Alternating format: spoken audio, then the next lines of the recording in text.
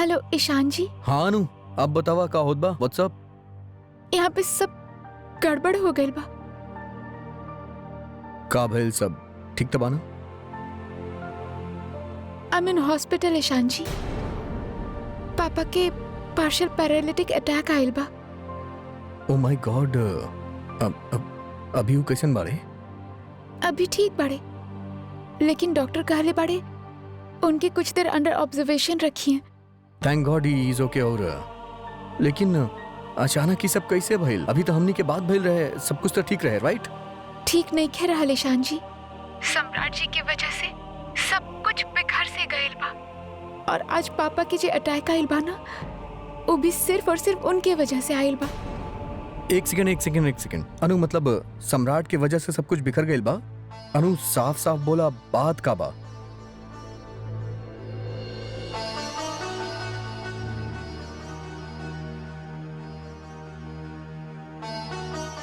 उर्मी दीदी सम्राट जी के छोड़ देले बानी ईशान जी, हमेशा हमेशा खातिर। उर्मी दीदी सम्राट जी के हर ज्यादती बर्दाश्त करत आयल रहनी।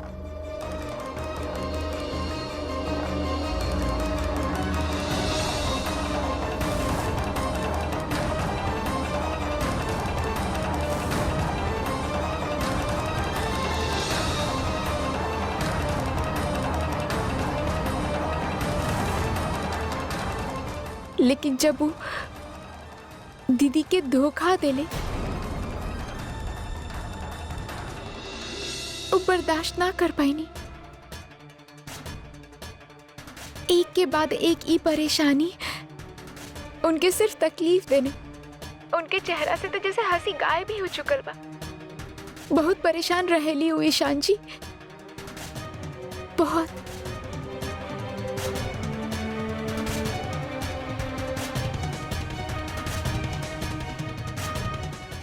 अरे सर जी, पहले हमार ध्यान रखी, हमार काम करी पहले, ठीक बा? फिर अपन कोटेशन भेजी, फिर देखिए हम क्या करता नहीं। और क्या?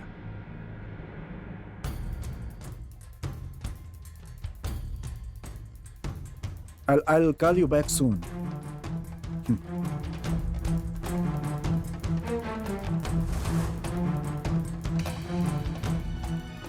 अरे शाबाश, क्या बात है भाई। ये दूसर शादी के वार तो सबसे तेजी से असर कर गई मेम साहब पर। लग रहा बा रात बड़ा मुश्किल से कटल होखी, तभी तो दौड़ा दौड़ा चली आईली। आए मैडम जी, आए। क्या बात बा? हाँ पहनी बाहर आ गए। फाइनली भाई, फाइनली आपके हेकड़ी खत्म हो गए। वक्त के भट्टी में अंदर के इस्पात गल गइल बा कि अभी कुछ बाकी बा? हाँ जी, कुछ जरूरी बात हाँ करें जी, हाँ जी भाई, आई नो एवरीथिंग। जरूरी बात अभी तक करब आप, जरूरी बात। और कब करब मैडम जी? जब चीज हाथ से फिसले लागेला तबे आदमी ऐसे 10 तरह के जतन के ओकरा के बचावे की कोशिश करेला, 20 तरह के बात करके। लेकिन हम आपके बताएं, हमरा के सॉरी वॉरी नहीं सुने के बाद आपसे नो इंटरेस्टेड। कहे कि जौन आप कहले बानी ना मैडम, ओकर दाग आपके सॉरी से ना धुली, बल्कि हमार घर में हमार सजा काट के धुली। अंडरस्टैंड? हम क्या मजा किरकिरा क्या करता नहीं भाई? हाँ, जौन कहे बस सबके सामने कहीं, अकेले मत कहीं आप। ऐसा ऐतिहासिक बात अकेले बना खेल जाला, सबकर बीच एक अलग महत्व हो खेला। समझ लू? क्या समझ लू? अरे हमारा घर वाले भी तो देखे भाई, हैं? वो भी तो देखे थे नहीं कि वो आदमी क्रांतिकारी से केचुआ मिस अर्थवॉर्म कैसे बना लू? हैं? आवा भाई, मम्मी पापा भाभी अदिति फटाफट आ जाए, देखा क्या आइल बा। माय फेवरेट द ग्रेट उर्मी मैडम जी आइल बानी भाई। हमार दूसरा शादी के खबर इनसे बर्दाश्त ना भइल, तोता उड़ गए, इनका औकात में आ गेली। देखा कैसे उल्टा पाव भागत चलेली हमरा से माफी मांगे खातिर। देखें भाभी,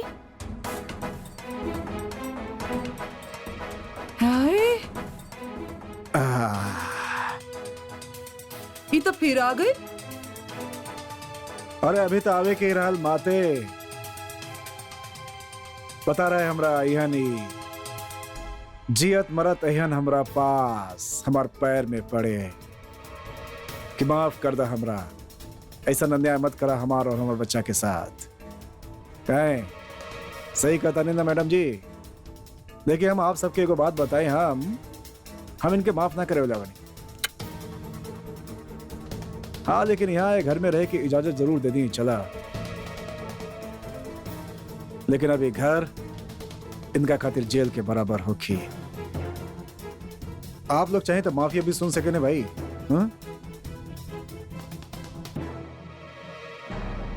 अरे गो अहेड।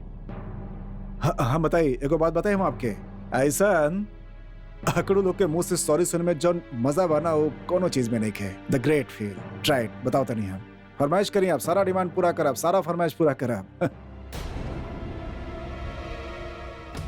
ए पीछा ही ना छोड़ रहल बाई चुड़ाल हमार बेटा की। अरे आप कुछ कहते नहीं है, बोलिए, आप बोलिए। वकील साहब आइए अंदर।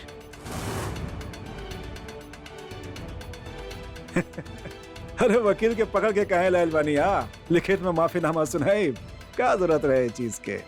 हमारे पैर पे गिड़गिड़ा के कह देती, बिना माफ के लिए घर पे रख लेती हम आपके, और क्या? हाँ भाई काला कोट, बोला क्या बोले के बाद सुनावा।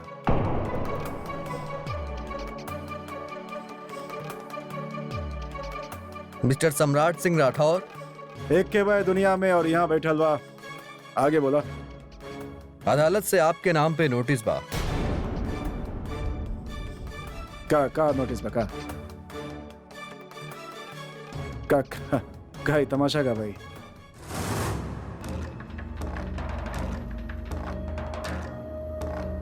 देवर जी का बाई? हाँ बेटा बतावा ना पढ़ के एमे क्या लिखल बा। डिवोर्स?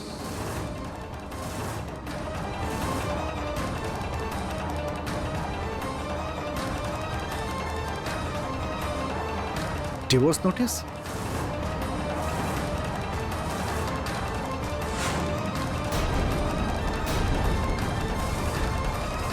हे भगवान, हे भगवान, ई नर्क बनाइए ई घर के। हिम्मत देखा इनकर, हमार बेटा के तलाक देवे चलल बाड़ी। हाँ उर्मी बहू, ये का ले आइलू तू?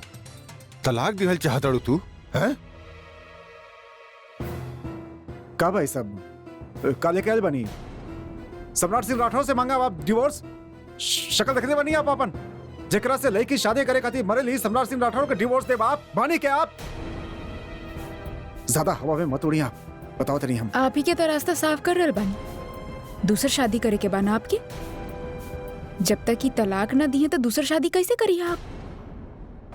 देखिए, आप हमरा के तलाक दी, फिर फ्री हो जाए, बिल्कुल आजाद। फिर जे करे के बा करी, का फर्क पड़ेला? चुप रही, ज्यादा होशियारी मत दिखाई हमरा के। होशियारी दिखाए आप बंद करी। बहुत हो गए सम्राट सिंह राठौड़। हमरा के भी उहे तराजू में मत तौलिए जे में आप अपना आप के रखेले। दरअसल हम आपके जैसन बानी ही ना, अपने लोगन के साथ खेल ना खेलेला। शादी तो हमार टूट ही चुकल बा। अब अगर ओकरा के एगो नाम देवे से चीज और परिस्थिति सुलझ सकेले तो तलाक काहे ना? ए देख ले, ए बाप रे बाप, ये बात देख ही लड़की के। अपन औकात में रहिए आप, अपन हद मत पार करिए आप। चिल्लाई मत, चिल्लाई मत। आराम से भी तो बात हो सकेला ना सम्राट जी। हम क्या आपसे कौनो लेना देना ना बा। अगर मैटर शौर्य के ना होखत तो आपसे तलाक लेवे में भी कौनो इंटरेस्ट ना होखत हमरा के। हमके सिर्फ और सिर्फ हमार बच्चा चाहिए। क्या लगा था आपके ये सब कह के आप शौर्य के यहाँ से ले जा पाई? बिल्कुल। भुलावे में मत रही, आपका आपके फरिश्ता भी यहाँ से ना ले जा पाई ओकरा के। Mamma mamma mamma mamma mamma mamma mamma. शौर्य,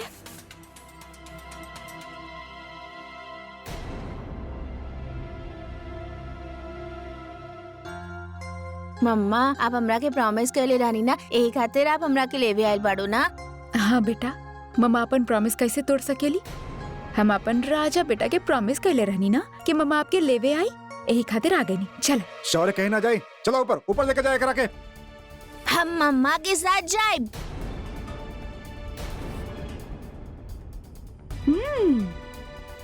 हम कबल नहीं, हाँ चुपचाप शौर्य। नोटिस मिल गई ना आपके। अब अपन बच्चा के अपना साथ ले जाए से केहू ना रोक सकेला।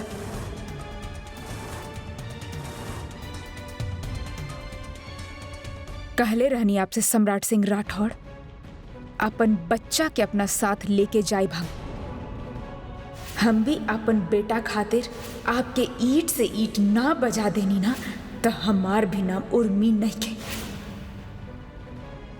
उ वादा रहले गो माँ के। अरे भाड़ में गल आपके वादा, हमारे बेटा मिस्टर नहीं। सम्राट सिंह राठौड़, कानून के मुताबिक अगर बच्चा छोट होखेला और खुद अपन मर्जी से अपन माँ के साथ रहे चाहे था तो ओकरा आप जबरदस्ती अपना साथे ना रख सकेली। जब तक कानून ओकरा आपके साथ रखे की इजाजत ना देवेला। अरे तो हर 2 कौड़ी के कानून को जेब में रख के घूमिला हम। आयल बड़ा काला कोट से खेबा हमरा के। चल। मिस्टर सम्राट, अदालत के नोटिस आपके हाथ में बा, जेकरा क्लॉज नंबर 5 में साफ लिखल बा कि बच्चा अपन माँ के साथे रही। बकवास भाई साहब, बच्चा हमारा साथ रही। सम्राट जी, सम्राट का कर रहल बड़ा? बस कराओ, बहुत हो गई। अब कानून से लड़बा तू? अरे नहीं के रहल चाहत जाए ओकरा ओकरा माई के साथे। और एकरा अलावा अब आपके पास दूसरा ऑप्शन भी नहीं है। बहू, ये तू बहुत बड़ा फैसला ले लू। तलाक कोनो छोट मोट चीज ना होखेला, एक बार फिर से सोचला। बहुत सोच समझ के ये फैसला कइले बानी पापा। खुद इहे रास्ता पे चले खातिर मजबूर कइले बाड़े।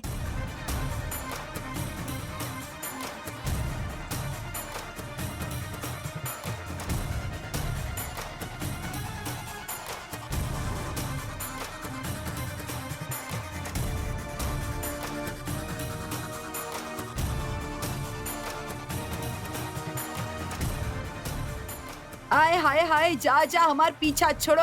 भला टलल। अरे बहुत तलाक तलाक लगे बाड़ी ना मैडम जी। हम भी देखा नहीं हमरा रहते कैसे मिली आपके तलाक। और ये फिसडी लॉ लड़ी आपके केस। 2 मिनट में छुट्टी ना करा दी तो नाम बदल दिया हमारे यहाँ पर। हमरा रहते हुए हमारी मर्जी के बगैर आपके हमरा से तलाक देने वाला पैदा ना भइल आज तक। तलाक लिहन।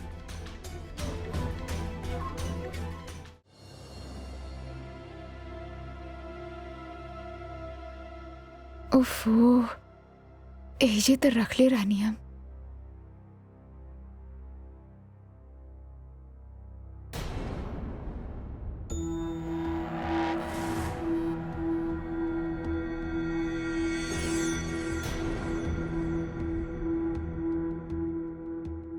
काबिल भाई, डर गए नहीं आप? अरे कमाल बा भाई, बहादुर उर्मी सिंह के भी डर लागेला। क्या बात बा। वैसे सम्राट सिंह राठौर के रहते आपके डरे की जरूरत नहीं खे, कहे कि हम अकेला ही काफी बानी आप खाते।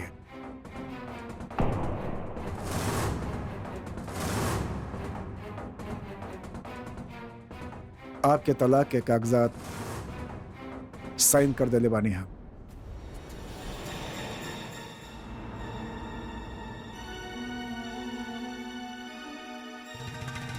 का भैल हैरान काहे हो गए नहीं आप?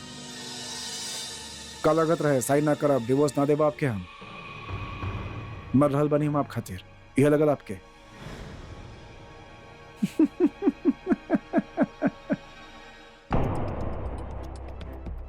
का समझे नहीं का आपने आपके भाई? का बानी का आप? जल परी बानी आप, फूल परी बानी, मेनका बानी, रंभा बानी, का बानी आप? आप जैसा नवरतन के हम हर रोज खरीदेला बाजार से। 2 पैसा में बिकेली आप जैसा नवरात, समझ लो।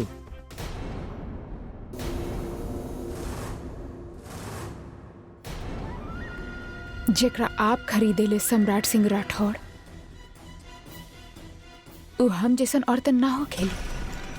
हम जैसन औरतन उ हो खेली जे ऐसन आपके सामने खड़ी हो खेली। हवा में मत उड़ी, जमीन पर रही आप। ओके? और क्या लगे लगा आपके भाई कि सम्राट सिंह राठौर का काम नहीं चला था आपके बिना, तड़प रहल बा आपके बिना। हम आपके पावे खातिर ना, आपके बैंड बजावे खातिर तड़पत रहनी।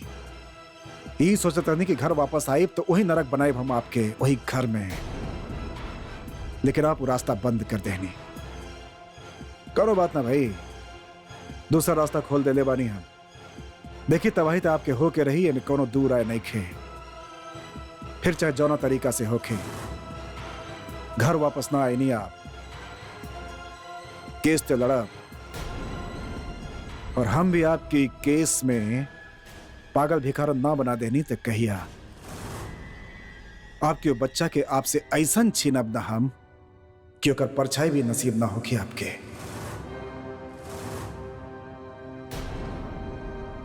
कसम खा ले बानी, दुनिया एहर से ओहर कर दे, लेकिन शौर के आपके साथ ना जाए देव हम। और आपके अंदर जितना जान बस सब लगा ली, जितना दम बस सब लगा ली आप, लेकिन शौर आपके साथ ना जाए, कोनो कीमत पर ना जाए। और केहू माई के लाल साला निरंजन से आपकी केस ना जितवा सकेला। और जरूरत पड़े तो झांसी के सारा निरंजन के खरीद ले हम, लेकिन शौर के आपके कस्टडी दिलाए वाला नहीं खे मिली। ये लिखित ले ली आप हमरा से। लड़ाई लड़े के बहुत शौक बना आपके। और अब तो डंका भी बजा देनी आप। ठीक बा भाई, अब जंग शुरू हो गई। और ये जंग बेशक आप शुरू कैले बानी उर्मी मैडम जी, लेकिन हम भी आपसे वादा कर रहल बानी, इस जंग के खत्म हम करब। और साथ साथ आपके भी खत्म ना करनी तो हमार नाम सम्राट सिंह राठौर ने किया और हम अपन बाप के औलाद ने की। और आपके यहाँ सड़क पे लाके भीख मंगवाई बाप से हम। और आपके इज्जत के आपके चिथरा चिथरा उड़ा दे, धज्जी उड़ा दे बाप के हम। ऐसा उदाहरण खड़ा करब हम आपके और आप जैसे नारी शक्ति के डंका बजावे वाले खातिर। ओकरा बाद आवाज उठावे के हिम्मत भी ना होगी कोनो औरत के अपन पति के खिलाफ।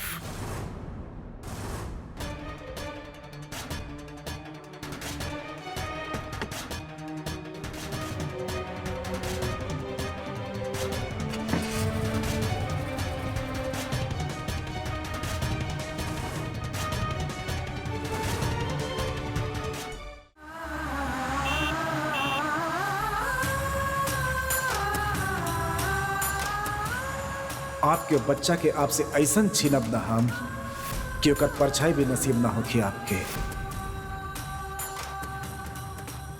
शौर के आपके कस्टडी दिलाए वाला नहीं मिली, लिखत में ले लिया आप हमरा से। अगर पापा फिर से यहाँ आ गई ने और हमरा के ले गई ने तो हम का करब? आपके बच्चा के आपसे ऐसन छीनब ना हम, शौर के आपके कस्टडी दिलाए वाला नहीं मिली, लिखत में ले लिया आप हमरा से।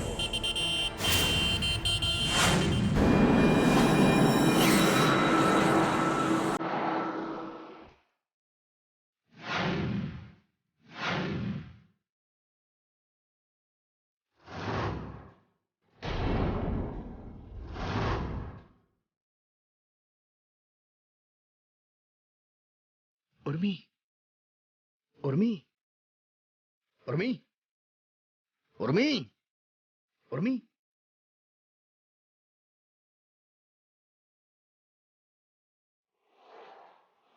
उर्मी।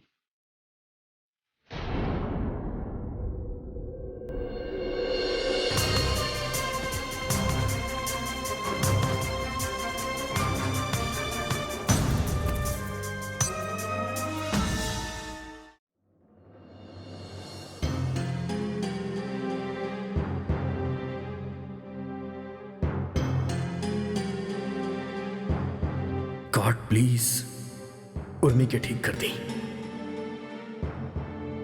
एक्सक्यूज मी, कैसे बॉडी हूँ? एवरीथिंग ओके? ठीक बानी, आप जल्दी से फॉर्म भर दो।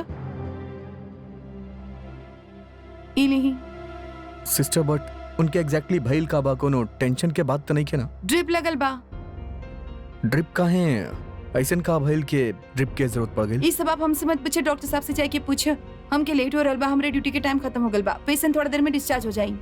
डिस्चार्ज मतलब आज रात के डिस्चार्ज करता रहे तो आई कैन प्रिज्यूम के सब ठीक बा, राइट? हाँ, जल्दी करा।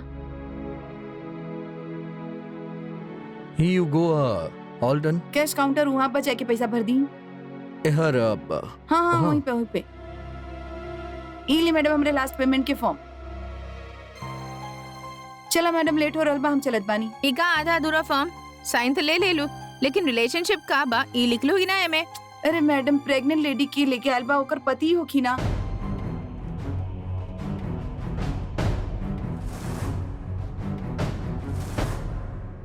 डॉक्टर हमार बच्चा तो ठीक बा ना? एकरा तो कुछ ना भइल ना? Relax, 1 minute. डॉक्टर बताई ना हमार बच्चा ठीक बा ना? घबराए के कौनो बात ना बा, आपकी बच्चा बिल्कुल ठीक बा। डॉक्टर हमके भैर का बा, हम यहाँ। आपके बीपी बढ़ल रहल स्ट्रेस और टेंशन की वजह से।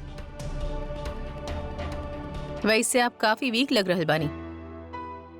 प्रेगनेंसी में आपके अपन खास ध्यान रखे के चाहिए, आपके हेल्दी खाना खाए के चाहिए, स्ट्रेस बिल्कुल ना लेवे के बा। और ई हालत में बीपी बढ़ब खतरनाक साबित हो सकेले, ठीक बा? जी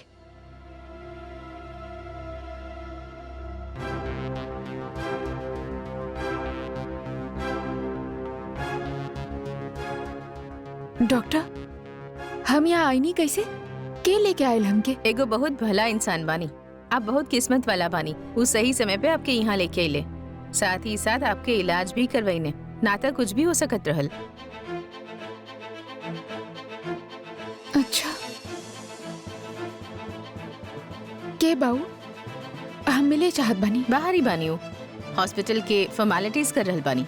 ई ड्रिप खत्म हो जाए ओकरे बाद आप मिल लिहा। इलेही सिस्टर।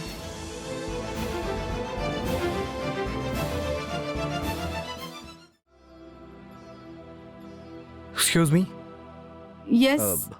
कहाँ गई जोन पेशेंट रही यहाँ पे? अरे वो तो चल गई नहीं, आपके ना मिलने का। चल गई यहाँ? कहाँ गई? एक्चुअली उनके बेटा के फोन आवत रहल, काफी तंग करत रहल, तो कहनी क्यों आपसे मेडिकल शॉप में ही मिलत चल जाई हैं। पर फार्मेसी में तो हमका क्यों ना दिखल, और उनकर ही सारा दवाई प्रिस्क्रिप्शन सब कुछ तो हमरा पास बा। वो वही गल बानी, आप जाए के देखा, वो वही होखी है।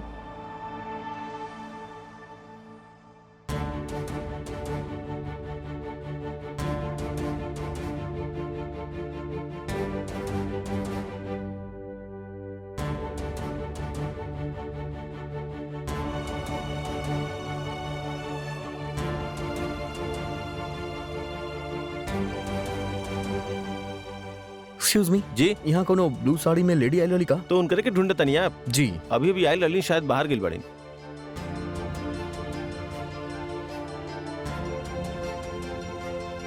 उर्मी,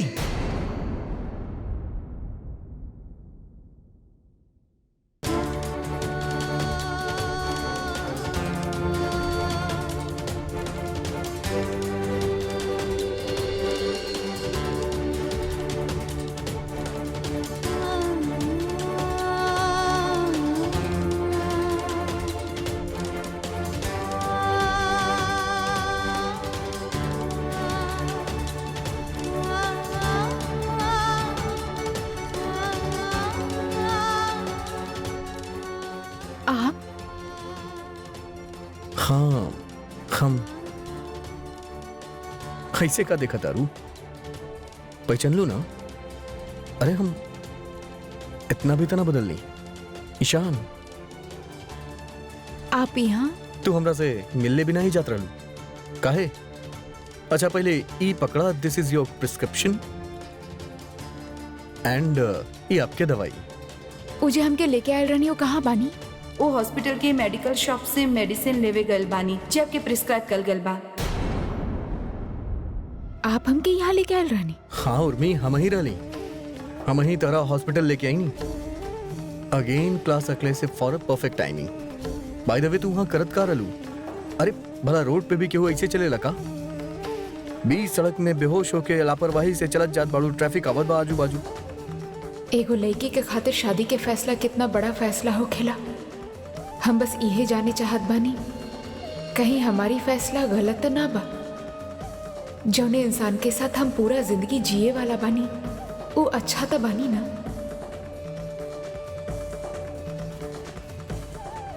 हाँ उर्मी, अच्छा बाबू, बहुत अच्छा बाबू। थैंक गॉड हम सही टाइम पे पहुंच गई, नहीं ना तो पता ना का से का हो जात। जे होखत हो जात, पर ओकरा से आपके का फर्क पड़त? याद बा आपके कई साल पहले आप हमके नर्क में झोंक के चल गए रहनी। आप चाहती तो हमके बचा सकत रहनी ईशान, पर आप धकेल देनी हमके गर्त में, और साथ देनी आप दोस्ती के। का खूब दोस्ती निभानी आप ईशान। जिंदगी के ऊ मोड़ पे भी आप इंसानियत से पहले अपन दोस्ती के ऊपर रखला। तब ये सब तमाशा करे के कौनो जरूरत ना बा आपके। बहुत मदद कैले बानी आप हमार, प्लीज और मत करी। हाथ जोड़ के रिक्वेस्ट बा आपसे। एक सेकंड हमार बात सुना, हम जानबूझ के कुछ ना कहनी, बिलीव मी। हमके एगो मौका दा, हमार बात रखे के। एकर कौनो जरूरत ना बा, क्योंकि ई सब चीजन से हमके कौनो फर्क ना पड़ेला। एक पूरा जिंदगी बर्बाद कर देनी आप ईशान, और अब आइल बानी एक्सप्लेन करे खातिर। का एक्सप्लेन करी हाँ आप? पूरा दुनिया में सबसे ज्यादा भरोसा कई के हम अपना जिंदगी के सबसे अहम सवाल आपसे ही पूछल रहनी ना ईशान, और आपके वो एक झूठ से हमार जिंदगी तहस नहस कर देनी। आज हमारी हालत के आधा जिम्मेदार सिर्फ और सिर्फ आप बानी ईशान।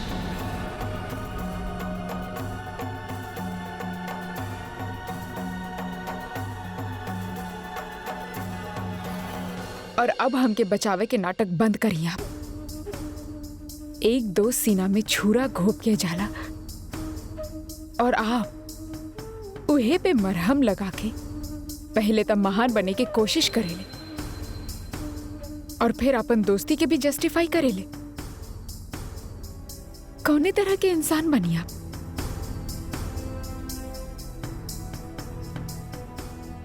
अब आप दोनों के खेल खत्म हो गए। बहुत कर लेनी आप दोनों नाटक हमरे साथ। अब ना जाइए और जाके आपन किस्मत कहीं और आजमाई। और अब आपके दोस्त के आपके बहुत ज्यादा जरूरत होगी। ऑल द बेस्ट। उर्मी तू गलत समझा तारू, प्लीज एक सम्राट बार जी और सम्राट जी से जुड़ल हर रिश्ता के बहुत पीछे छोड़ा अलबानी हमेशा।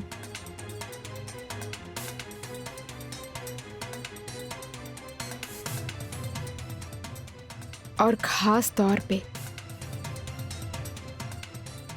आपकी शक्ल तो हम देखे भी ना चाहत बनी।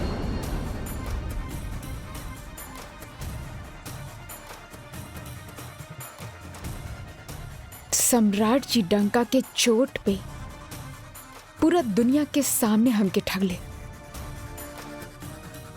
आपका कहीं नहीं ईशान, का कहीं नहीं आप हमरे साथ सगेपन के चोला पहन के का खूब दुश्मनी निभाईनी। उर्मी प्लीज एक मिनट। और एक बात ध्यान रखिए ईशान, दोबारा हमरे सामने आवे की कोशिश मत करिए, काहे कि हमके आपसे, आपके शक्ल से और आप जैसन लोगन से नफरत बा हमके। सो स्टे अवे।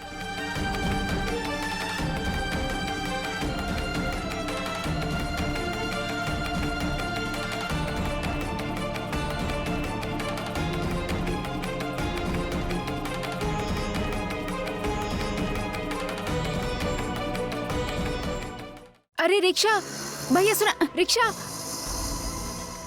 कोनो रिक्शा का है ना रोकत बा,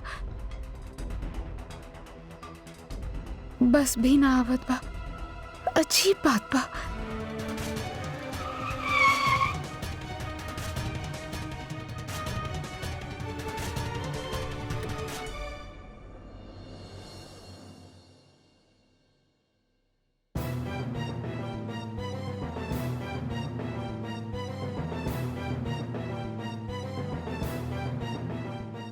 उर्मी तू एजा बस स्टॉप पे आज बस और ऑटो के स्ट्राइक है। जानत बनी। तो फिर रिक्शा रिक्शा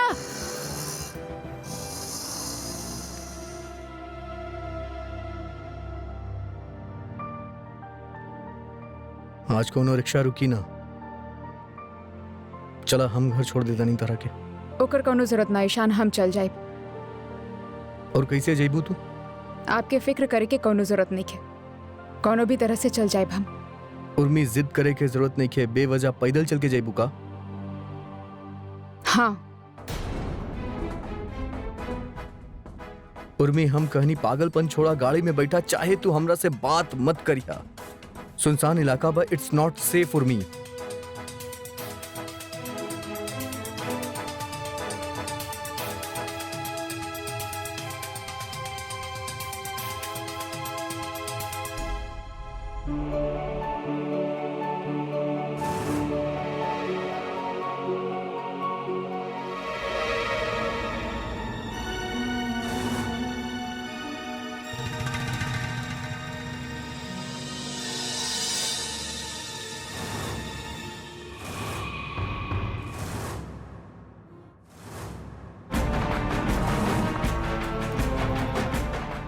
यूर्मी और ईशांत साथ में?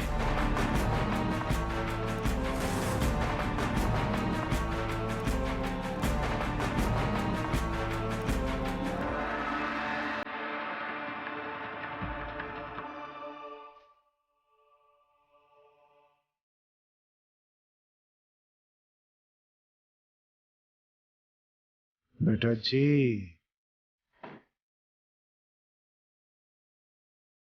ई चलत बा हमार नाक के नीचे।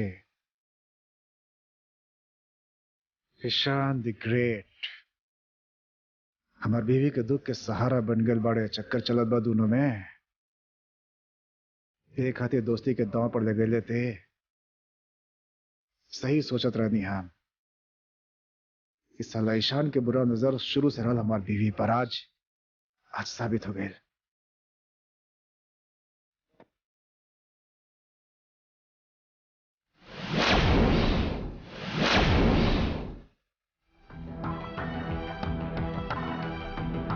उस सफेद वाला गाड़ी के फॉलो कर जल्दी।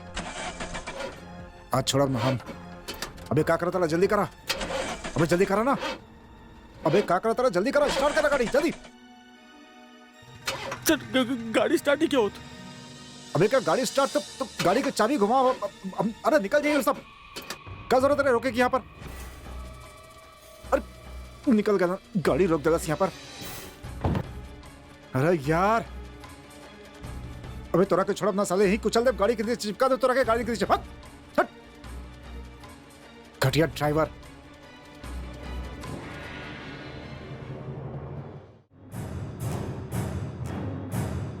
गाड़ी घुमावा और भी जा रही वहां ला।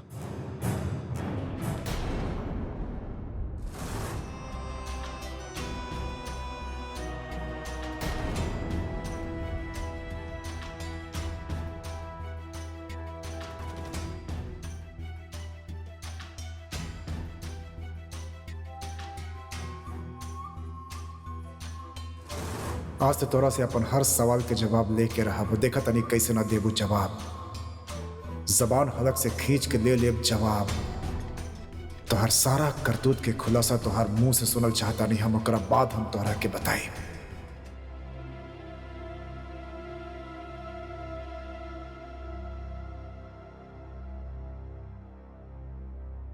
डॉक्टर तोमर आगल बानी। अभी हम फोन कैले रहनी आपके। आपके हस्बैंड ना आइले आज? ऐसे विजिट में आए बहुत जरूरी बना। वो रात काफी परेशान रहने बेचारे। और आज कहाँ गई ने? डॉक्टर आ गई नी का? आप ही के नंबर बा, जाइए अंदर। Thank you.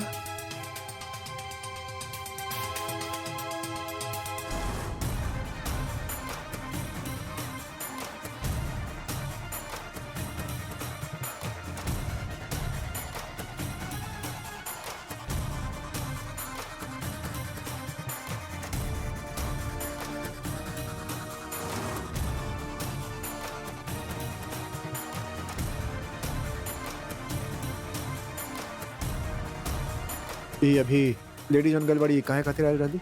डॉक्टर के देखावे गए बानी। यहाँ केहू कॉफी पिए तो नहीं खावेले ना सर। मतलब का भेल बा ओकरा के? अब कहाँ भइल बा डॉक्टर साहब ही बताइए ना, हमरा की का पता।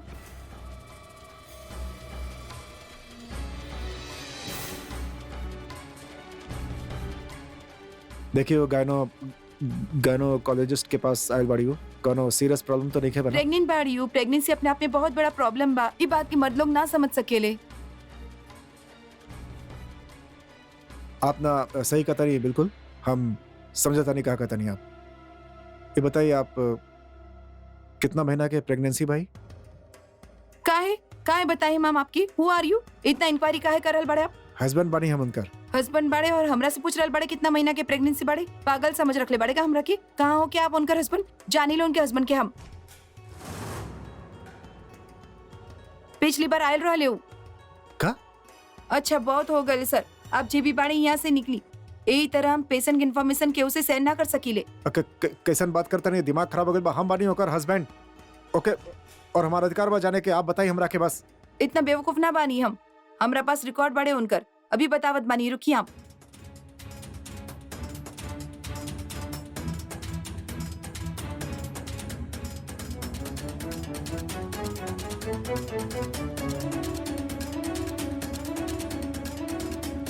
का नाम बा आपकी?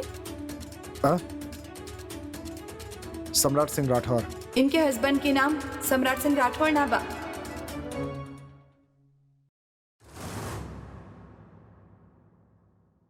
ईशान सिन्हा बा।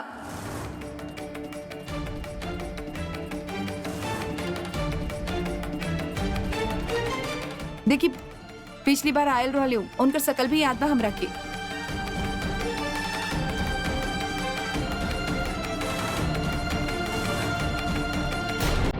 अब आप जाइए यहाँ से। सिक्योरिटी वाले आइए तो आपकी बेइज्जत करके बाहर निकाल देंगे। इनके हस्बैंड के नाम सम्राट सिंह राठौर ना बा, ईशान सिन्हा बा।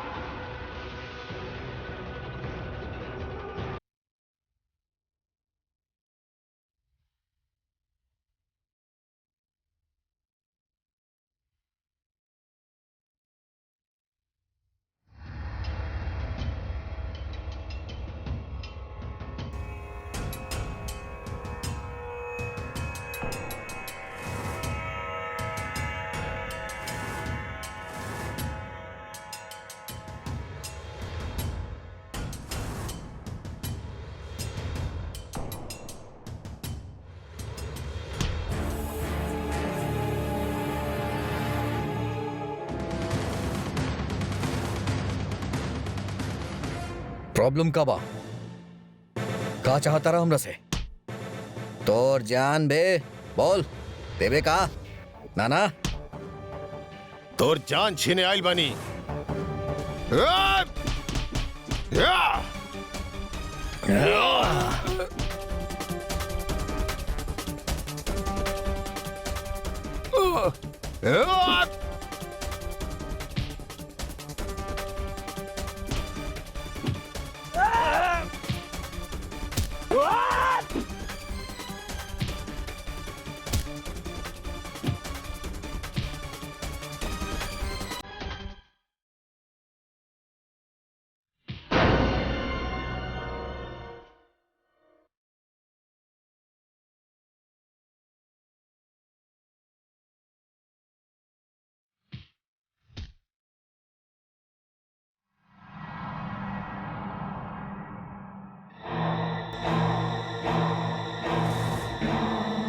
तू लोग करत का बड़ा?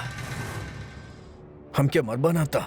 सबके फांसी हो जाए बताओ नहीं। अबे चुप। तू सर के बीवी के पटा के उनकरा से रिलेशन बनावे ले और हमनी के फांसी के डर दिखावे ले और आपन ही दोस्त के डाका टल ले। भुगत साले भुगत। हमनी के का होखी ये हमनी के देख ले। एगो बात बताओ चाहते नहीं तोरा के, आज हम तोरा के मार डाला काहे कि तू अपन बचपन के दोस्त के बीवी के फंसौले बड़े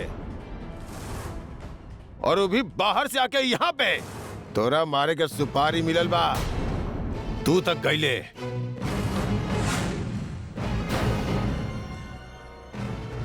उठ उठ चल।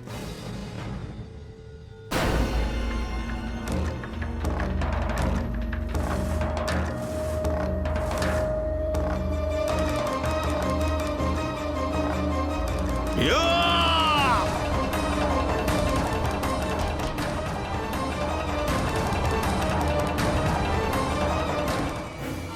या!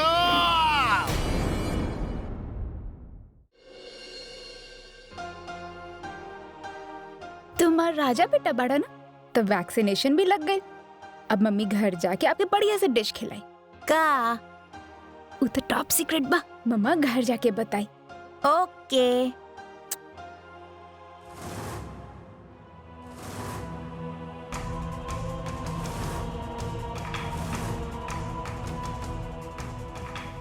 Mama uncle. अरे शौर्य कहाँ जा रहा है बेटा? बेटा भाग का शौर्य।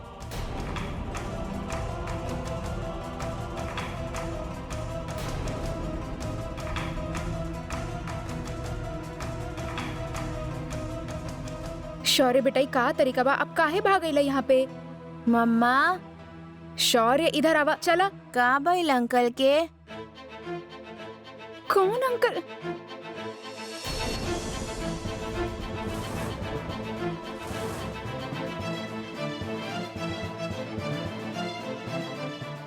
मम्मा देखा ना अंकल के का भइल बा? बताई आंटी का भइल इनके? कैसन बाड़ी? कोनो इंटरनल चोट वगैरह? भगवान की कृपा से अभी ठीक बाड़े। वैसे आप इनके जाने ली का? इनके जो लोग यहाँ छोड़ के गल रहे वो इनके बिल्कुल ना जानत रहे। हॉस्पिटल रिस्क लेके इनका ट्रीटमेंट कर रहल बा। जानता नहीं हम इनके, अच्छा तरीका से जानता नहीं।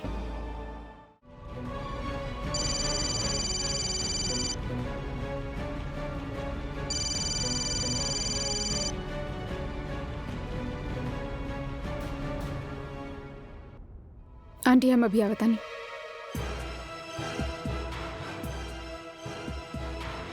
हेलो उर्मी, अब एक बात तो तय बा भाई कि आप और हम अलग हो चुकल बानी। कुछ दिन में हमने के तलाक भी मिल जाई। ये खातिर बस एक बार, आखिरी बार मिलल चाहता नहीं हम आपसे।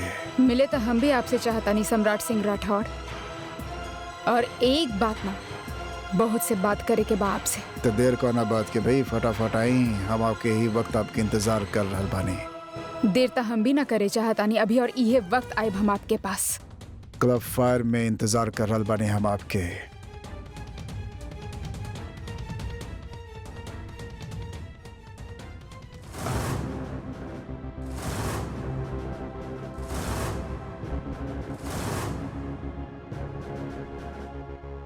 अब जेकर जहां जा निकले के होखेला, खींच के वहां ओही आ जाला। आई मैडम जी आई। का बात बा? हम बोले नहीं और आप चलिए नहीं। हिम्मत कैसे भला आपके ईशान के साथ ऐसे घटिया हरकत करे के? नीचता के तो सारा हाथ पहले पार कर चुकल बाड़े आप। आपका खून खराबा पे उतर रही है आप। ईशान के साथ ऐसे घटिया हरकत करके ठीक ना कैले आप सम्राट जी। ईशान जिंदा बा।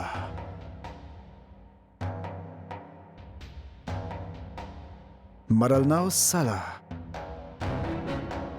हम तो लोगन के ओकरा के मारे खातिर भेजले रहली, लेकिन वो कूड़ा निकलन साले।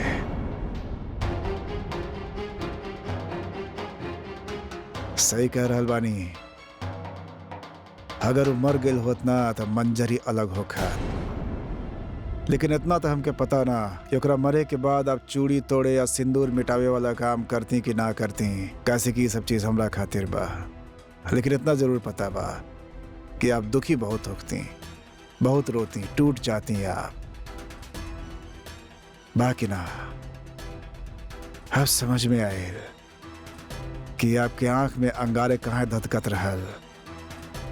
देखल ना गए ना अपने यार के टूटल फूटल हालत के। चोट ओकरा लागल तो दर्द आपके ही होखी, है कि ना? साथ जिएंगे साथ मरेंगे, हम दोनों लैला। कैरेक्टरलेस वुमेन, चरित्रहीन औरत। देखा कितना तकलीफ हो रहा बा ईशान खातिर एकरा के। तकलीफ हो रहल बा तकलीफ ईशान खातिर, काहे कि आपके तरह राक्षस ना इंसान बानी सम्राट सिंह राठौर। शर्म ना आवता आपके?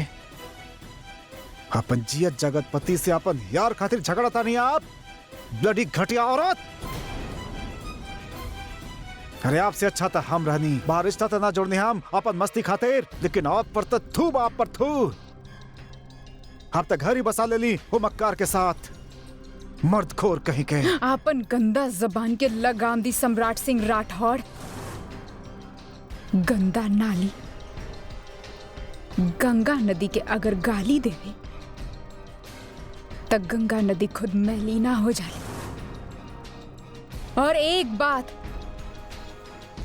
गांठ बांध ली अपने अंदर, हम आपके कोनो बपौती ना बानी जे रास्ते चलत जब मन कैलस तब कीचड़ उछाल के चल गए हमरा पे।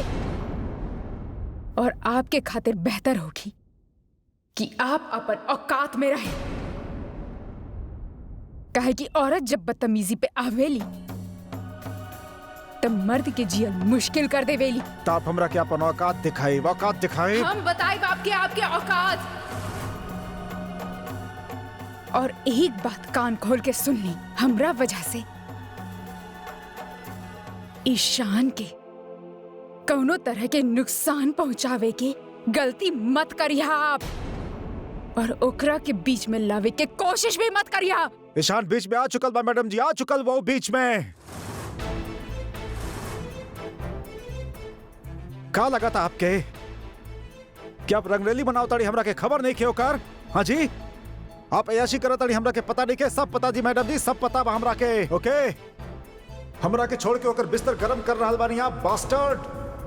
हमार बेबी हो के ओकरा बाहों में रंगरेली मना रहल बाड़ी, हंस खेल रहल बाड़ी ओकरा से। वाह भाई वाह, कैसन औरत बाड़ी आप। सम्राट जी बस ना सुने के पड़ी आपके, और सुने के पड़ी आपके। हमार कैरेक्टर पे उंगली उठा के हम के छोड़ के गए रहनी ना आप। ईशान के साथ सोच समय कहाँ चल गए रहे आपके कैरेक्टर? बस हो गई सम्राट चिल्लाई जी। मत।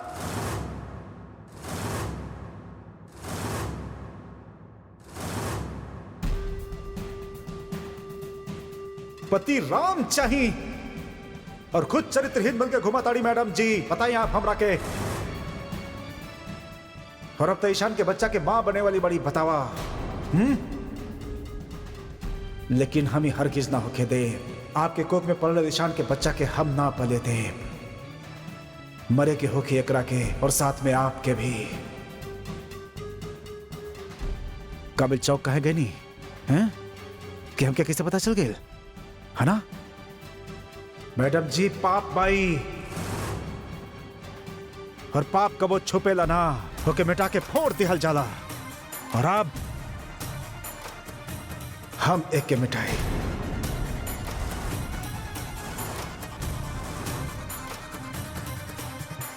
आप पागल हो गए बाड़ी सम्राट जी। हाँ हम हो गए बानी पागल, और आप हमके पागल कर देले बानी। आप इसे न कर सम्राट जी। अब आप चाहे रोई गिड़गिड़ाई सर पीटी, बंदूक निकल चुकल बा, बंदूक से गोली भी निकली। आप मरे के होखी आपके, और साथ में ईशान के पाप के भी मरे के होखी।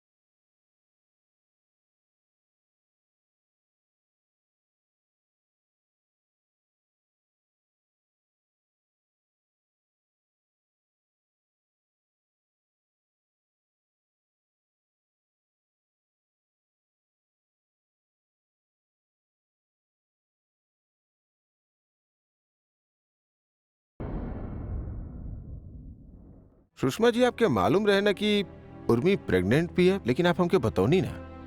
ऐसा काहे कहनी आप? आपके ना लगेला कि हम एक शुभचिंतक बानी? हाँ सुषमा जी, हमके खुद अंदाजा ना रहे ई बात के उर्मी ऐसा हालत में बाड़ी। देखी, उर्मी हमरा के मना के ले रहल केहू के बतावे खातिर, काहे कि ओकरा के ई डर रहल कि अगर सम्राट के ई बात के पता चल गई तो वो ओकर फायदा उठाई।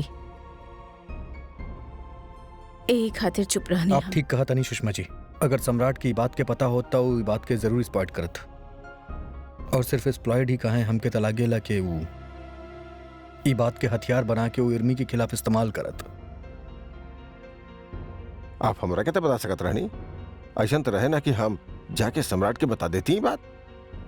तिवारी जी, थोड़े दिन में हम आपके बता ही देत, काहे कि ऐसन बात ज्यादा दिन तक कहाँ छिपेले। हमरा के का पता रहल कि ऐसा न हो जाए। आज के दिन तब बहुत ही खराब बा। उर्मी के साथ ही हो गई, दीदी जीजा जी की कार के एक्सीडेंट हो गई, ग्रह बहुत खराब चल रहा बा। सुषमा जी, आपके ट्रेन कौन वक्त था? 7 बजे के बा बेटा, हमके आज ही निकले के पड़ी। ईशान, अब तोहरा की ई सब जिम्मेदारी संभाले के होगी। तिवारी जी तो अकेला बाड़े, इनकरा से सब संभली नहीं खे। शौर्य भी बा। आज तो हम ओकरा के पड़ोसी के पास छोड़ के आइल बानी, काहे कि बच्चे के बार बार हॉस्पिटल आए भी ठीक ना बा। जब तक हम लौट ना आए, ई सब के ध्यान रखिया।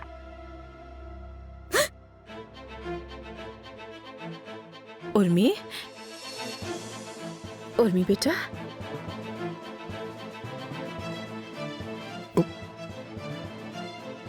सम्राट जी ना। सम्राट, उर्मी का भइल? सम्राट का कैलस?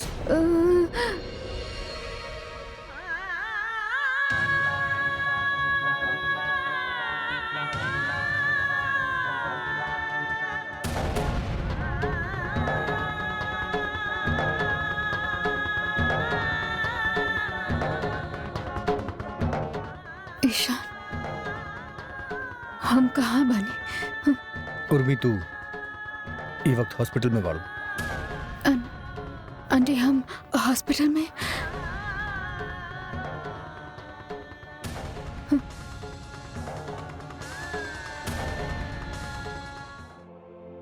आंटी, आंटी, हमारा बच्चा तो ठीक बना। कैसे बाड़ी मैडम आप? डॉक्टर हमरा के का भेल रहे, केहू हमरा के बता ना रहल बा। Relax madam, relax. अब आप बिल्कुल ठीक बानी, but I am sorry to say आपके मिसकैरेज हो गए।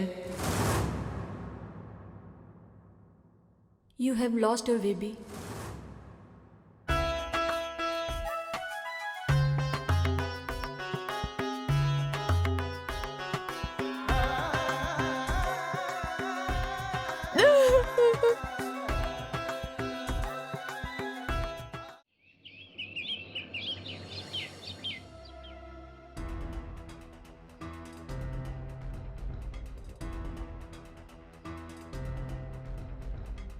अदालत के कार्यवाही शुरू करी जाए। मैट्रिमोनियल केस नंबर 110, 28 नवंबर 2014, divorce case of Samrat Singh Rathore, Urmi Singh Rathore.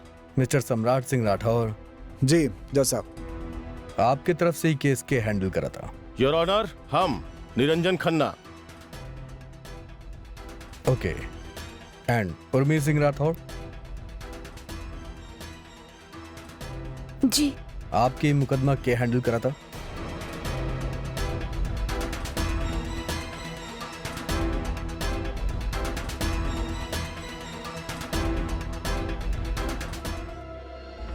हम ईशान सिन्हा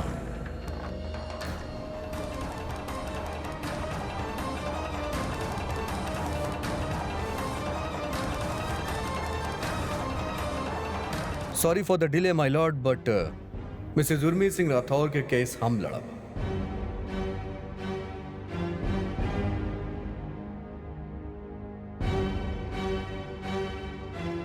दिस consider this.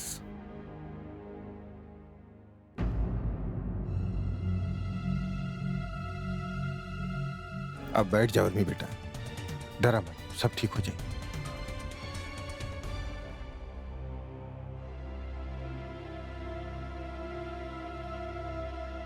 Case 110/2014, please proceed. Yes your honour. My lord, हमार मुवक्किल मिसेस उर्मी सिंह राठौर अपन शादी के रिश्ता तोड़ के अपन पति मिस्टर सम्राट सिंह राठौर से तलाक चाहतारी। ऊ तय कैले बाड़ी कि वो अपन पति के साथ ना बल्कि उनसे अलग होके एगो स्वतंत्र और खुशहाल जिंदगी जिए के कोशिश करी है। And that's all I believe, right? Mister Samrat Singh Rathod भी अपन पत्नी से तलाक चाहता रहे। पिछला 3 महीना से ये दोनों भी एक दूसरे से अलग रहता रहे। दोनों बहुत सोच विचार के बात सारा प्रोज और कॉन्स के ध्यान में रखत भइल अलग होके के फैसला ले बाड़े। It's a very simple case my Lord. आपसी रजामंदी से लिहल जाए वाला डिवोर्स के केस बा। There is no room for discussion and debate my friend. Easily आज हमार मुवक्किल चाहेले कि अदालते में अंतिम मोहर लगाए। That's all my lord, thank you. Your honour, जैसन कि मिस्टर ईशान सिन्हा जे कुछ भी अदालत में खले, ऐसा बिल्कुल भी ना। इस शादी के निभावे के तमाम कोशिश करे के बाद ये दोनों तलाक लेवे के फैसला कैले, अलग होके के फैसला कैले, और ये तलाक से ये दोनों के कोनो आपत्ति नहीं की। योर ऑनर,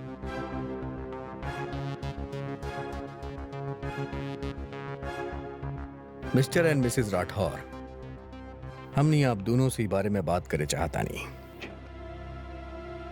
सम्राट सिंह राठौर और उर्मी सिंह राठौर हाजिर होके।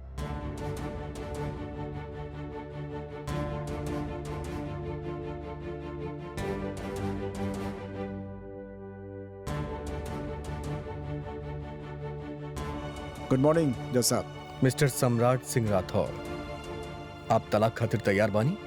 जी बिल्कुल। उर्मी सिंह राठौर, आप तलाक खातिर तैयार बानी? जी। आप दोनों पे कोनो भी तरह के कोनो दबाव तो नहीं है?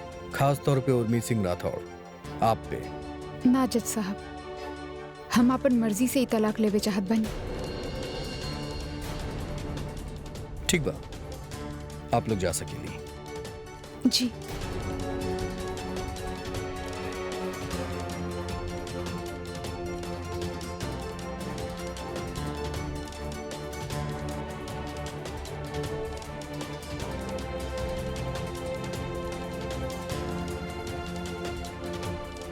Please proceed.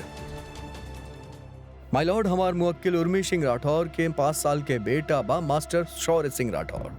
काहे कि मास्टर शौर्य सिंह के उम्र कम बा, ई खातिर उ चाहतारी के मास्टर शौर्य के कस्टडी उनके सौंप दिहल जाए। Your honour, mister Ishaan Sinha ji जौन 5 साल के बच्चा के बात कर रहल बड़े ना, वो बच्चा हमार क्लाइंट मिस्टर सम्राट सिंह राठौर के बा। हमार क्लाइंट पूरा तरह से सक्षम बाड़े, इमोशनली और फाइनेंशियली। उनकर परिवार बहुत नेक बा, बहुत बड़ा बा, बहुत इज्जतदार बा, and he is a very responsible man your honour. यही खातिर हमार क्लाइंट सम्राट सिंह वो बच्चा के कस्टडी लिहल चाहता रहे। ओके, दोनों तलाक भी चाहता रहे और बच्चा के कस्टडी भी दोनों के चाहिए। Yes my lord. Yes your honour. आप दोनों में केहू समझौता करे खातिर तैयार नहीं के? No your honour.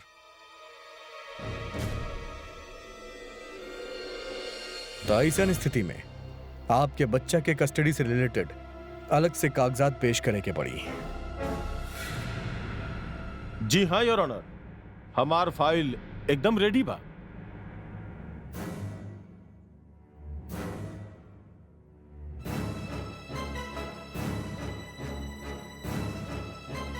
My lord, हमार मुवक्किल के तरफ से मास्टर शौर्य सिंह के कस्टडी के केस प्रेजेंट करे खातिर हमके 1 दिन के वक्त चाहिए।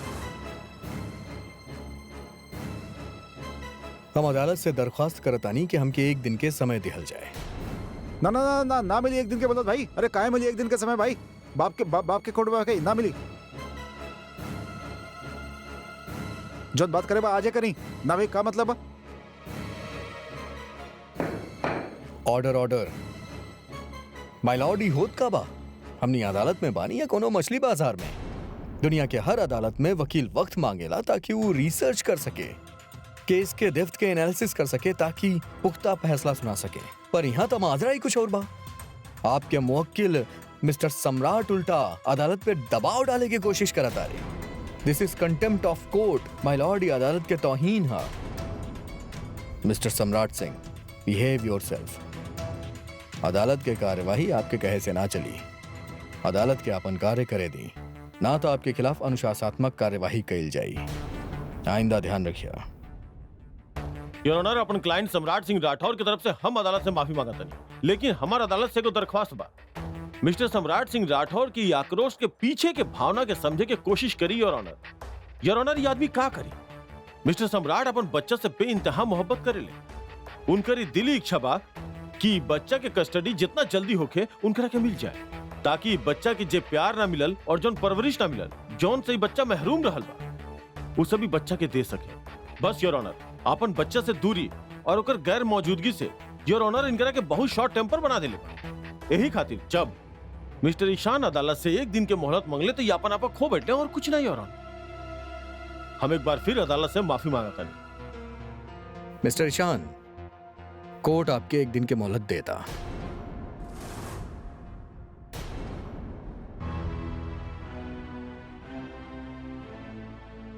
इस केस के अगला सुनवाई ठीक एक दिन के बाद हुई। Thank you my Lord.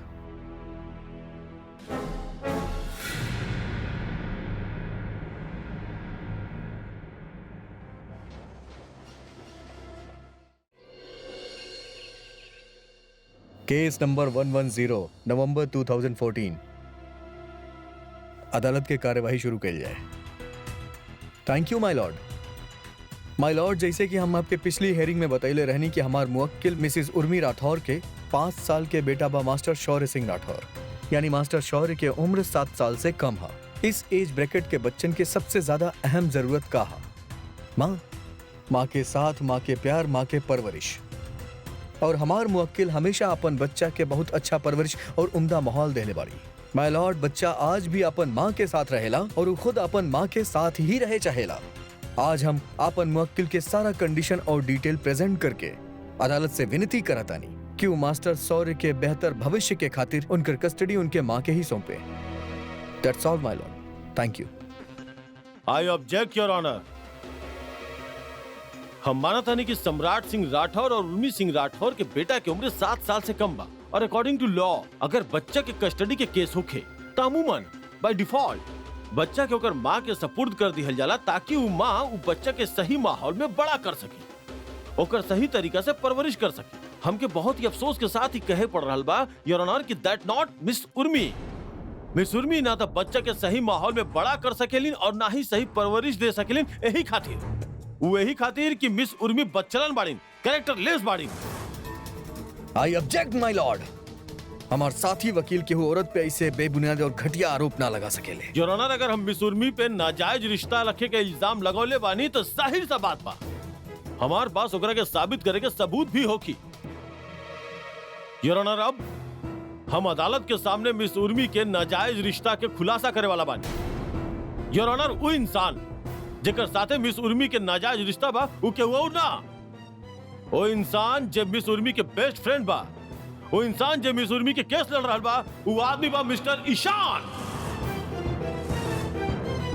I object my lord. Mister Niranjan अपन हद पार करता रे। मिस्टर निरंजन, आपके पास ये बात के का सबूत बा? सबूत बा योर ऑनर, और यही बात के साबित करे खातिर हम ज्योति हॉस्पिटल के एगो नर्स सुमन के कटघरा में बुलावे की इजाजत चाहतन। Permission granted. नर्स सुमन हाजिर होके। योर ऑनर, ई बाड़ीन ज्योति हॉस्पिटल में काम करे वाली एक नर्स, इनका नाम बा सुमन। सुमन, एगो बात बतावा, आप उर्मी सिंह राठौर के कैसे जाने? करीब 3-4 महीना से इनका ट्रीटमेंट हमरे यहाँ ही चल रहा बा। का हम जान सके नी कहा ट्रीटमेंट चल रहा बा? ई प्रेग्नेंट बानी। Point to be noted your honour. Miss Urmi pregnant रहली। मिस सुमन, जाहिर सा बात बा जब भी ट्रीटमेंट करवावे आत हो के ता रिकॉर्ड्स में हस्बैंड का नाम तो होखी ही। का आप जाने नहीं कर हस्बैंड के बारे? मिस्टर ईशान सिन्हा। सुमन को बात बताओ, आप ये बात इतना दावा के साथ कैसे कह सकेंगे? एक दिन इनकर एक्सीडेंट हो गयल रहल तो मिस्टर ईशान सिन्हा इनके गोद में उठाए के ले आयल रहनी और हॉस्पिटल की सारी फॉर्मेलिटीज इहे पूरी कैले रहनी और ओकरे बाद भी ये लोग अक्सर आवत ही रहनी। हमारे पास ये बात के सबूत भी बा योर ऑनर। ई बा वो हॉस्पिटल के लीगल डॉक्यूमेंट और ये डॉक्यूमेंट में मिस्टर ईशान के उर्मी के हस्बैंड के रूप में इंट्रोड्यूस किया गया बा और ये हॉस्पिटल रिकॉर्ड में बकायदा मेंटेन बा। Please I request you to have a look. Thank you your honour. अब आप जितना चाहिए उतना सवाल पूछ सकें मिस्टर ईशान।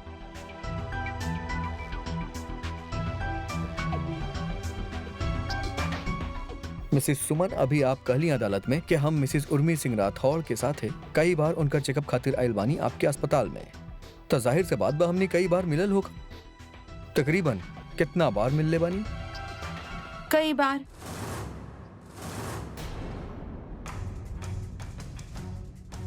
ये सब झूठ बा। ऐसा मिसिस उर्मी, आपके जौन कुछ भी कहे के बा यहाँ आके कहीं। जज साहब, हम सिर्फ एक बार ईशान के साथ हॉस्पिटल गए रहनी, वो भी हम खुद बेहोशी के हालत में रहनी, हमके ना पता रहल। ओकरा बाद ना तो हम केहू के साथ कहीं गइल बानी और ना ही जांच कराए खातिर ईशान के साथ आयल बानी हॉस्पिटल में। मिस उर्मी सिंह राठौर, आप और मिस्टर सम्राट डिवोर्स के खातिर लड़ रहल बानी। कुछ महीना से आप अलग रह रहल बानी। आप दोनों के बीच बातचीत भी नहीं खे, तब फिजिकल इंटीमेसी होके का तो सवाल ही नहीं खे उठा। अब अगर आप दोनों के बीच में कोनो शारीरिक संबंध है ही नहीं खे, तो मिस उर्मी आप प्रेग्नेंट कैसे हो गई? नहीं, ये देखिए जज साहब, ये देखिए आप, चरित्रहीनता के ऐसे बड़ा नमूना कहा कि बताइए आप, ये यही के बच्चा के माँ बने वाली रली।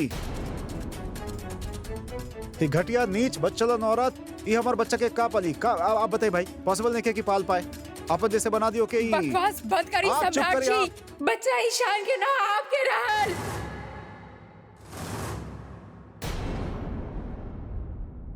ये आपके आपन खून रहल, जेकर आप खून कर देने सम्राट जी अपना बच्चा के मार देला।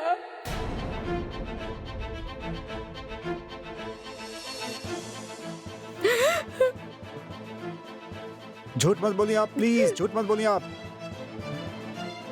मिस्टर सम्राट, आपके जौन कुछ भी कहे के बाद विटनेस बॉक्स में आके कहीं।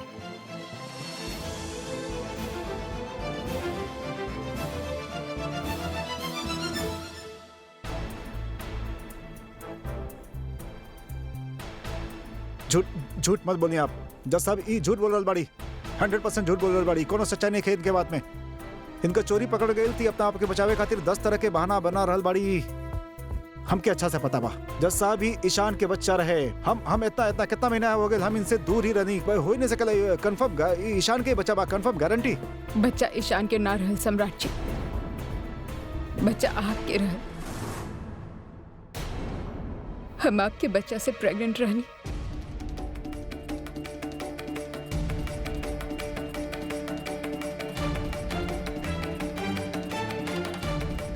पाप कैले बानी आप, अपना ही बच्चा के खून कैले बानी आप, और कहा सच जाने चाहत बानी आप। बकवास मत करिए आप। देखिए बकवास मत करिए आप। झूठ मत बोली मिस उर्मी। अगर आपके मिस कैरेज भइल बा तो आप कत्ल के इल्जाम कैसे लगा सकें? जज साहब, इस शक में ई बच्चा इनकर ना बा। ई हमार मिसकैरेज करवाई ने। ये झूठ भाई जज साहब, ये सब झूठ भाई। सच बाई सब सम्राट सिंह राठौर। योर ऑनर, बेबुनियाद बात करके केस के रुख बदले की कोशिश कर रहल बाड़ी और इनकर वकील से कहीं कि अगर इनके पास कोनो सही दलील बात अदालत में पेश करे। ऐसे हवा में बात करे से कुछ हासिल होके वाला नहीं खे।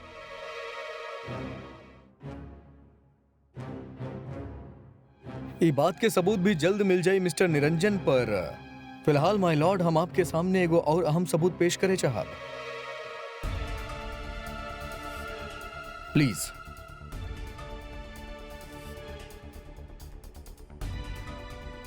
माय लॉर्ड, ही मिसेस उर्मी सिंह राठौड़ के मिसकैरेज डिटेल्स और डेट सहित मेडिकल रिपोर्ट।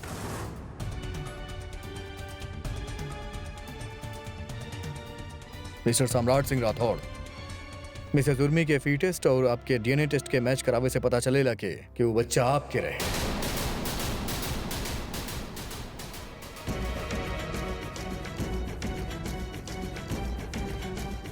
ई खातिर अपन पत्नी पे दोष लगावल बंद कर दी। आप ही रहनी हूं बच्चा के पिता।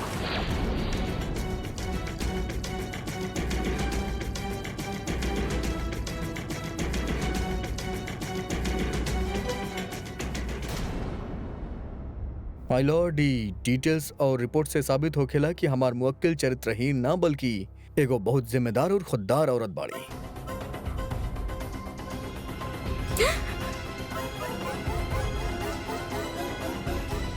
हम अदालत से दरख्वास्त करब कि हमार साथी वकील के बताएं, समझाएं कि सिर्फ अपन मतलब साधे खातिर केहू औरत के मान, सम्मान और मर्यादा से खिलवाड़ ना करे के चाहिए, वरना ऐसा ना हो कि मिस्टर निरंजन के आपके घटिया दलील के वजह से हमार क्लाइंट के आप पे मानहानि के दावा करे के पड़े। आगे से ध्यान रखिए।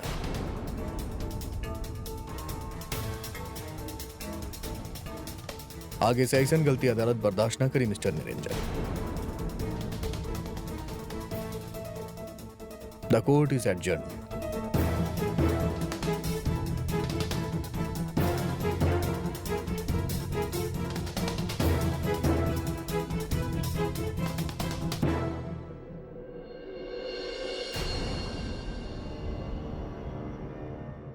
झांसी में रह रहा बड़ा इतना दिन से बेटा, और हमनी के खबर तक ना कैला तू।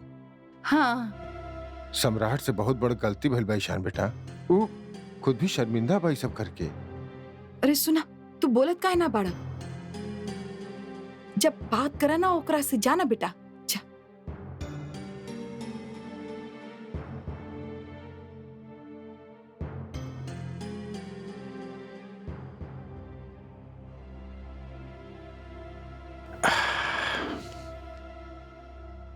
ईशान,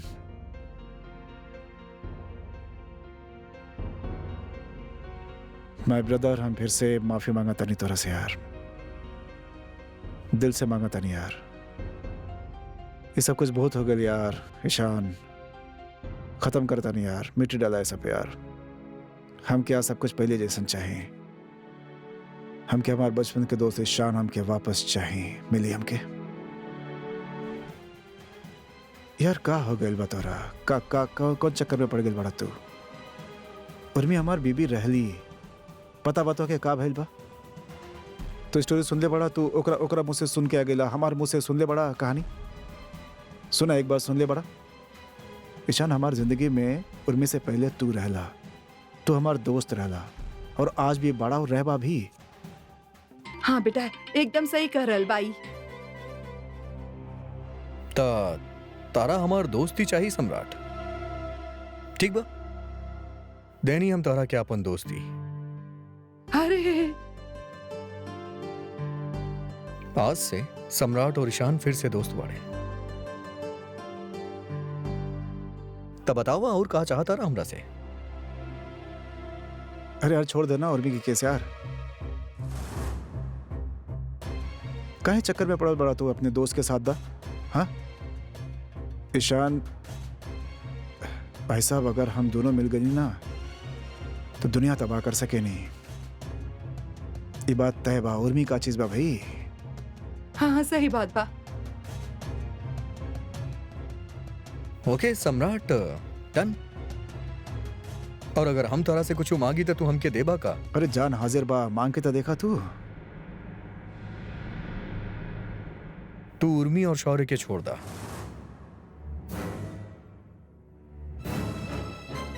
ओकरा बाद केस खुद ब खुद खत्म हो जाए। ओकरा बाद लड़े के कोनो नौबत ही ना आई। देन ऑल इज वेल। हम और तू दोस्त, उर्मी अपना रास्ते और शौर्य अपना जगह खुशबाही। बोला मंजूर? ज्यादा स्मार्ट बनने की जरूरत नहीं कि हमारा साथ समझ तू गेम खेला था हमारा साथ हम के बनी बा का समझा था हमरा कि हम टूथपेस्ट बने की दबाई बा और हम पलपला के बाहर आ जाई। नाना सम्राट टूथपेस्ट तो वैसे भी बहुत अच्छा चीज होखेला, मुंह साफ होखेला ओकरा से। तू तो सड़ा कद्दू के तरह बाड़ा जे बिना दबैले पलपला के बाहर निकल आवेला। सम्राट तू इतना नीच और गिरल इंसान बाड़ा कि कबो कबो हमके अपना आप पे हैरानी होखेला कि कोनो जमाने में तू हमार दोस्त रहला। अपन औकात में रहा ईशान। अब जितना जोर लगावे के बाद लगावा सम्राट, पर वो वक्त आ चुकल बा कि तहार बदतमीजी के मुंह तोड़ जवाब मिली और तहार हर घमंड एक एक करके टूटी।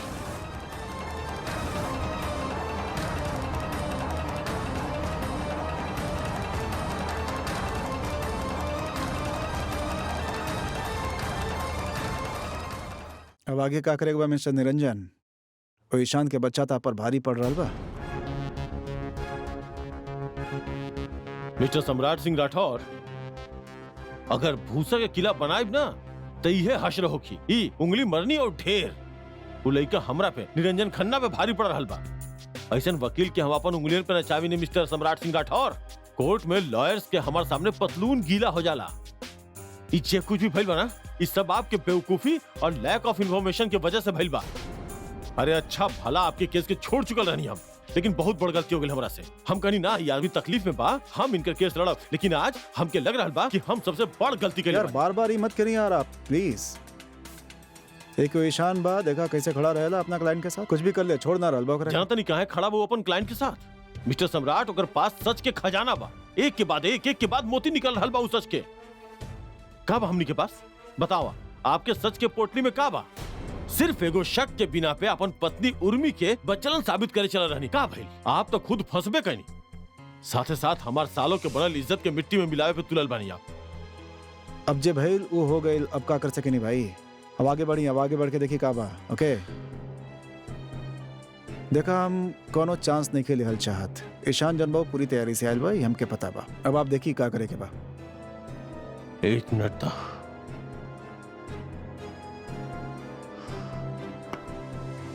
एगो रास्ता बा, एक और तीर बा। अगर निशाना पे लग गई तो ब्रह्मास्त्र के काम करी।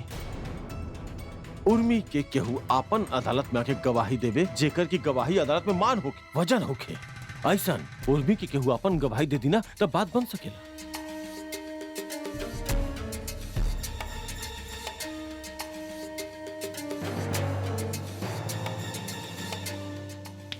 हो गइल ना सर ना जी ना बस। ना ना, एक बार हवा में तीर मत छोड़े। Tell me, are you confirm? Date sure भाई, डेट श्योर। ऐसा मंत्र फेरा कि जज और दुनिया तक का उर्मी मैडम भी हैरान हो जाइहन। अब उर्मी के खिलाड़ी हमारी ही बात बोलिहन और हम के जीते हन। गारंटी भाई बात के, गारंटी बा भाई।